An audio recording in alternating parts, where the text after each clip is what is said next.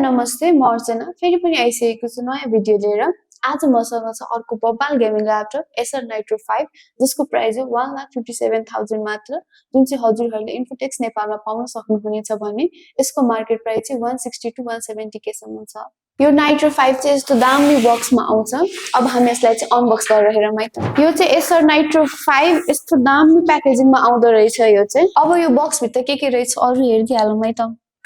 I can see some paperwork जुनलाई अहिले चाहिँ साइड लगाइदिउँ चार्जर हुनुपर्छ अलिकति हेर्दिनै छ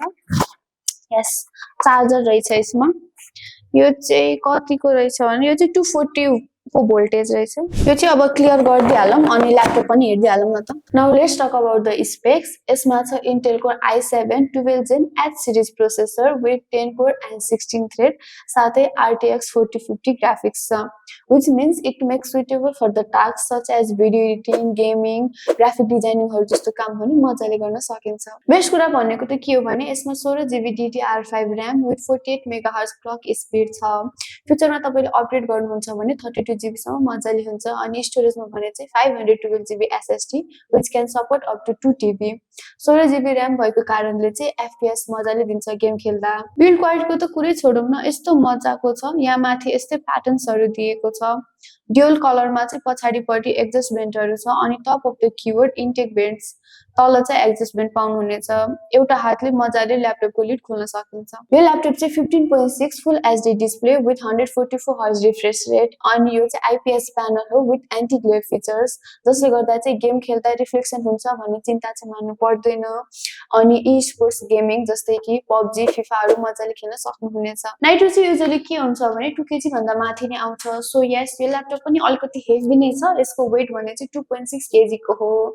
अनि यसलाई चार्ज गर्न भने चाहिँ 230 वाट को एसी एडाप्टर दिएको छ र म्याक्सिमम ब्याट्री लाइफ चाहिँ अप टु 5 आवर्स सम्म छ जुन चाहिँ यसरी नै क्लेम गरेको हो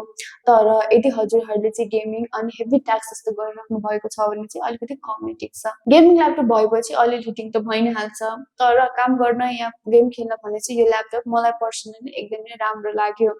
अब एफपीएस को कुरा गर्नु पर्दाखेरि चाहिँ गेम अनुसार राम्रो एफपीएस प्रोवाइड गर्छ यसले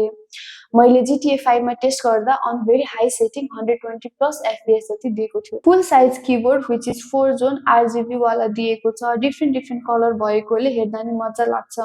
you will get different effects in NitroSense सफ्टवेयरमा जसले गर्दा चाहिँ आफ्नो हिसाबले कलर चेन्ज गर्न सकिन्छ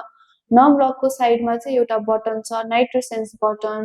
जसलाई थिच्ने बित्तिकै सफ्टवेयर अन द गो हुन्छ WASD र एरो किज चाहिँ हाइलाइटेड छ on the left side you will get an RJ45 LAN port एउटा USB 3.2 Gen 1 type A port अनि एउटा headphone jack combo then on the right side you will get दुईटा USB 3.2 Gen 2 type A port out of which one is for power of charging त्यो भने चाहिँ के हो भने ल्यापटप अफ हुँदा नि तपाईहरुले फोन चार्ज गर्न सक्नुहुनेछ USB बाट after that on the back you will get an power input port एउटा USB टाइप C पोर्ट जुन थन्डरबोल्ट 4 पोर्ट वाला हो एउटा HDMI 2.1 पोर्ट जुन चाहिँ 4K 120 हर्ट्ज सम्म आउटपुट लिन सकिन्छ क्यामेरामा चाहिँ 720 पिक्सल एलडी छ जुन चाहिँ ठिकठाकै हो यदि हजुरहरु घर बसेर काम गरिराख्नु भएको छ भने भिडियो कन्फरेन्सको लागि पनि एकदमै ठिक छ कनेक्टिभिटीमा वाइफाई 6 अनि ब्लुटुथ भर्जन 5.1 छ यदि तपाईहरु ल्यापटप किन्न चाहनुहुन्छ भने you can visit InfoTechs Nepal जुन चाहिँ नयाँ बानेश्वरमा लोकेटेड छ अनलाइन अर्डरको लागि www.infotechsnepal.com बाट गर्न सक्नुहुनेछ यस्तै भिडियो अझै हेर्न चाहनुहुन्छ भने हाम्रो च्यानललाई सब्स्क्राइब गरिदिनु होला